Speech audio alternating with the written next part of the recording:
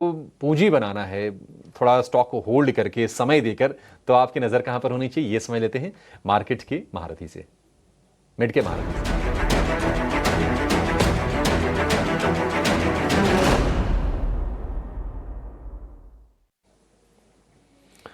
और आज की मिड कैप महारथी में हमारे खास मेहमान हैं एसबीआई सिक्योरिटीज़ के सनी अग्रवाल। सनी जी, बहुत शुक्रिया, थैंक यू सो मच। बताइए आज कहाँ पर आपकी नज़र है और मिड कैप में कहाँ मौके बन रहे हैं? Good afternoon and thanks for having me on the show. आज मैं ऑयल एंड गैस सेक्टर से एचपीसीएल हिंदुस्तान पेट्रोलियम को चूज करना चाहूंगा मिड कैप के तौर पर। 80,000 करोड़ के आसपास का मार्केट कैप है और हमारा जो फेयर वैल्यू है 470 का रहेगा with investment horizon of 1 year. अगर आप कंपनी के नतीजे देखेंगे क्वार्टर फोर में अच्छे डिसेंट नतीजे कंपनी ने पेश किए थे, जहां हमने देखा कि EBITDA और पैट तकरीबन 21% और 18% ग्रो हुआ था। और एट द सेम टाइम इसमें जो आगे आने वाला जो ग्रोथ ट्रिगर है वो है इनका जो बड़ा केपेक्स है, वो अभी कंप्लीशन के मोड पर है। तो अगर आप देखेंगे कि इनकी जो नई रिफाइनरी है बार्मर में, उसका commissioning second quarter of FY26 से आते दिखेगा, जिसका benefit second half of FY26 में प्ले आउट होते दिखेगा।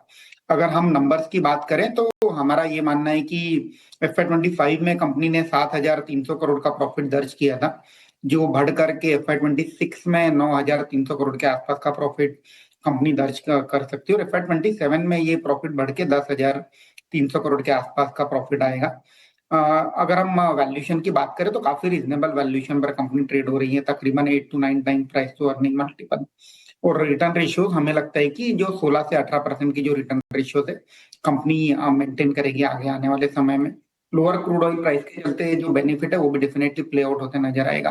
तो एचपीसीएल को मीडियम टू लॉन्ग टर्म के पोर्टफोलियो में ऐड किया जा सकता है।